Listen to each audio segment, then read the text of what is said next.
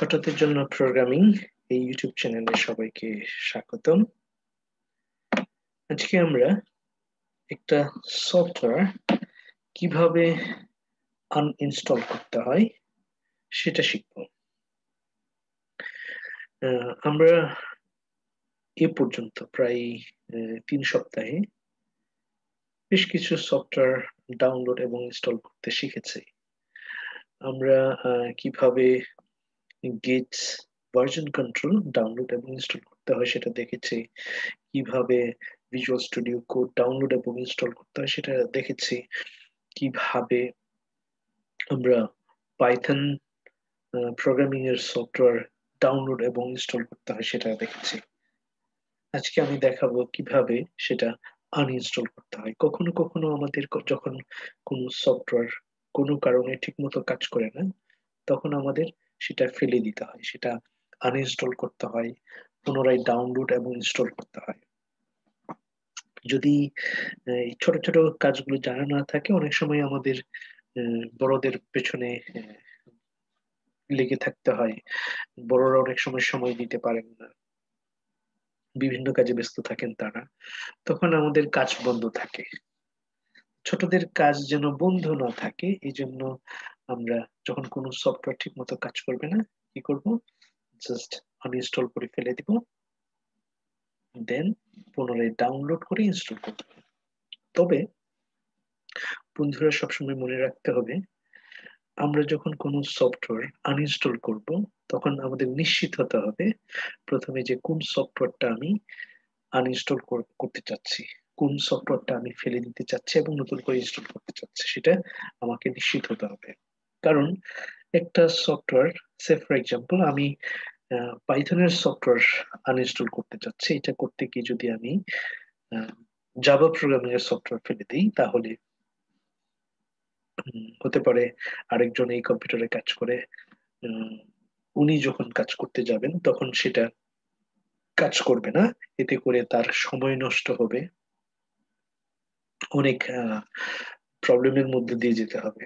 যেহেতু তিনি জানেন না যে এই সফটওয়্যারটা ফেলে দেওয়া হয়েছে, কাজ যখন করবে না তখন বিভিন্নভাবে চেষ্টা করবেন, অনেক সময় নষ্ট হবে। আরেকটা বিষয় হলো, আমি যদি উম, একটা সফটওয়্যার ফেলতে গিয়ে কম্পিউটারের গুরুত্বপূর্ণ একটা সফটওয়্যার ফেলে দিই, তাহলে আমার কম্পিউটার কাজ করতে না পারে। ওই ক্ষেত্রে সেটা ঠিক করার জন্য সময় সাপেক্ষ ব্যাপার তো বটেই। আহ, পাশাপাশি যদি কম্পিউটার যারা ঠিক করেন তাদের কাছে যেতে হয়, তাহলে পকেট থেকে বেশ কিছু টাকাও আহ, খরচ হয়ে যেতে পারে। এই জন্য যখন আমি একটা সফটওয়্যার আনইনস্টল করব, আমাকে অবশ্যই নিশ্চিত হতে হবে যে আমি যে সফটওয়্যারটা ফেলে দিতে চাচ্ছি ঠিক সেটাই আমি আনইনস্টল করছি। রাইট? তাহলে কিভাবে আমরা এটা করতে পারি? জাস্ট এখানে টাইপ হিয়ার টু সার্চ, এখানে যাব এবং লিখব কন্ট্রোল, তখন কন্ট্রোল প্যানেলটা পপ আপ করবে। আমি এখানে ডাবল ক্লিক করে এটা ওপেন করতে পারি, অথবা এন্টার চাপ দিয়েও ওপেন করতে পারি। দেন এই যে এখানে প্রোগ্রামস এন্ড আনইনস্টল প্রোগ্রাম, এখানে ক্লিক করব। কারো কারো কম্পিউটার এক ক্লিকে হতে পারে, কারো কারো কম্পিউটারে ডাবল ক্লিক করতে হতে পারে। এটা নির্ভর করে যে কম্পিউটারটা আমি কিভাবে সেট আপ দিয়েছি। ঠিক আছে, এবার এইখানে যাব সার্চ প্রোগ্রামস, যেখানে লেখা আছে এইখানে সে ফর এক্সাম্পল আমি পাইথন প্রোগ্রামিং সফটওয়্যারটা ফেলে দিতে চাচ্ছি, তাহলে আমি কি করব? পাইথন লঞ্চার, আসলে পাইথন সফটওয়্যারটা আমি আগেই আনইনস্টল করেছি। জাস্ট এখানে ক্লিক করে রাইট বাটন ক্লিক করে আনইনস্টল করতে পারি, অথবা আনইনস্টল এখানে ক্লিক করে আমি করবো যখন, তখন বলবো program and features, are you sure you want to uninstall Python launcher, আমাকে নিশ্চিত হতে হবে। ঠিক আছে, আমি যদি চাই তাহলে বলবো ইয়েস। কি হলো? আনইনস্টল হলো।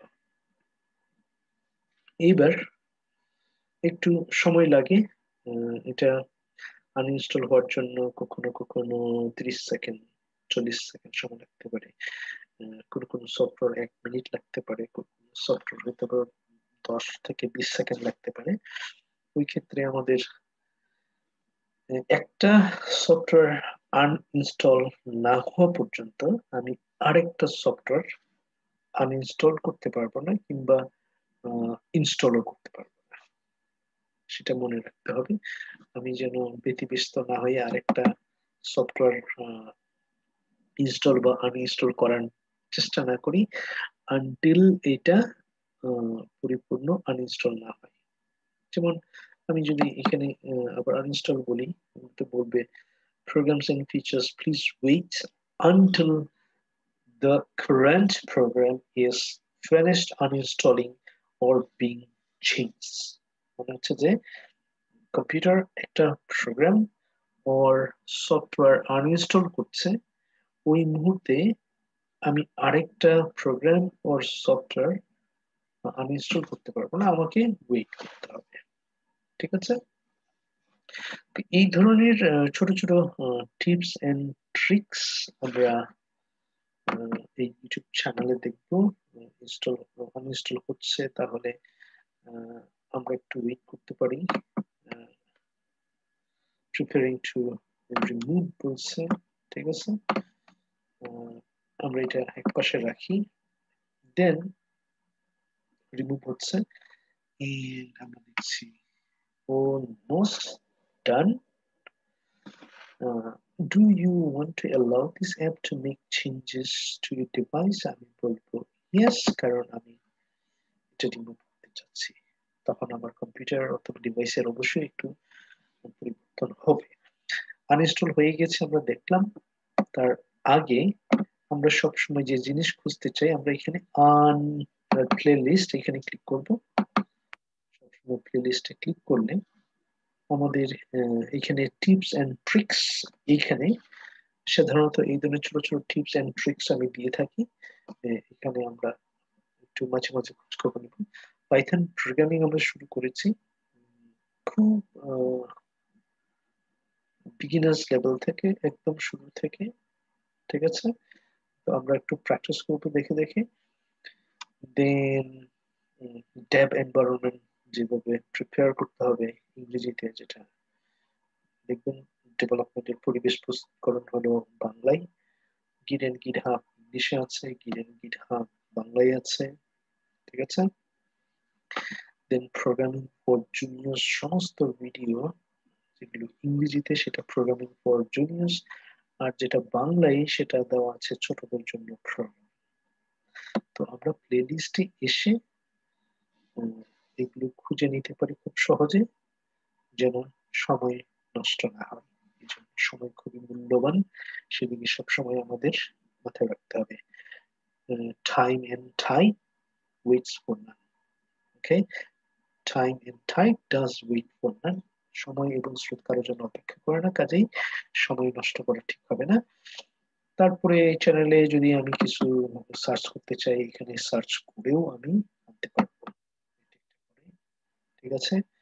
জেনারেল সার্চের জন্য এখানে, কিন্তু এই চ্যানেলের জন্য সার্চ করবো আমি এখানে। দেন আমরা এখন ফিরে যেতে পারি, ঠিক মতো আনইনস্টল হয়েছে কিনা আমরা দেখতে পারি। এখানে আনইনস্টল প্রোগ্রামে দেখছি যে আর কিছু নেই, পাইথন রিলেটেড কিছু নেই আর, কাজেই আমরা এখন বেরিয়ে আসতে পারি। আমরা সিএমডি এখানে গিয়ে টাইপ করতে পারি পাইথন, মানে হলো পাইথন ভার্সন, বলতে পারি Python dash dash P 9, Python dash dash version. So Python আমাদের কম্পিউটার থেকে রিমুভ হয়েছে। ঠিক আছে?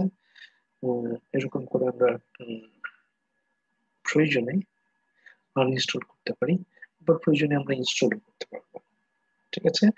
তবে আবারও আমি মনে করিয়ে দিই, কোনো কিছু রিমুভ করার আগে, কোনো কিছু আনইনস্টল করার আগে অবশ্যই আমি খুব কেয়ারফুলি দেখে নিব যে আমি যে সফটওয়্যারটা আনইনস্টল করতে চাচ্ছি ঠিক সেটি আমি সিলেক্ট করছি কিনা।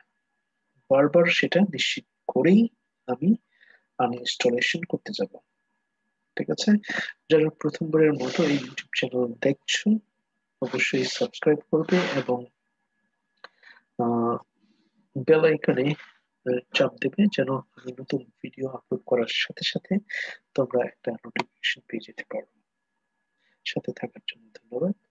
এই ইউটিউব চ্যানেলটি যদি ছোটদের জন্য করা হয়েছে, বড়রাও এটা ফলো করতে পারে। Thank you so much.